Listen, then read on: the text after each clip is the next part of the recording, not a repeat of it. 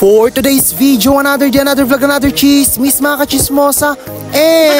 Another punchon nga mga kachismosa. So adati may nagayab nga kanya mga kachismosa. Kau awid ko lang iti mga kachismosa. Ayam may tinanang doon kat adati punsyonan nga nasang patak mga kachismosa. Kat dagitigor tagol already punchon mga kachismosa. Tas itan mga kachismosa adati nakapilan kasi na inrogidan ti punsyonan mga kachismosa.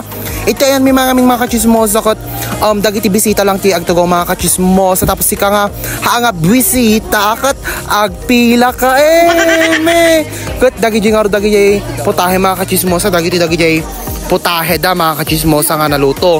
Medyo naibusan datan mga kachismosa pero ado unag mga kachismosa agri-field damot no maawanan mga kachismosa. Tapos itan mga kachismosa mabisin tayo ang kasangsangkot mga kachismosa kat nakipila tayo mo ang mga kachismosa. Syempre kailangan busugin ang tiyan, charis, kasi may mga bulating kakain.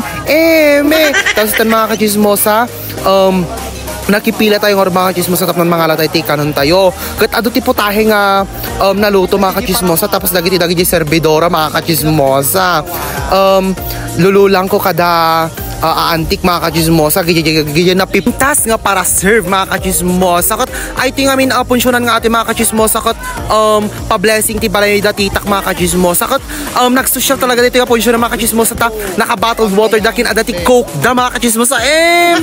Tapos dito inibuot mga kachismosa mangmangan tapos nagidulin ti salad dinala na parang amin ti salad ko mga kachismosa indulin na may tapos itan mga kachismosa imbagada kami nga dati gado mga kachismosa kako na raman ang gigado so hasim mo naga mga kachismosa na pala nagkalong.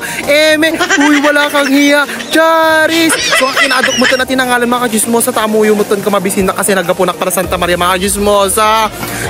Tapos itan mga kachismosa ni Manang Linda kinantak mo tati balutin mo ako.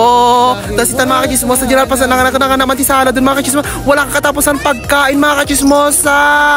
Yun lang. Thank you for watching.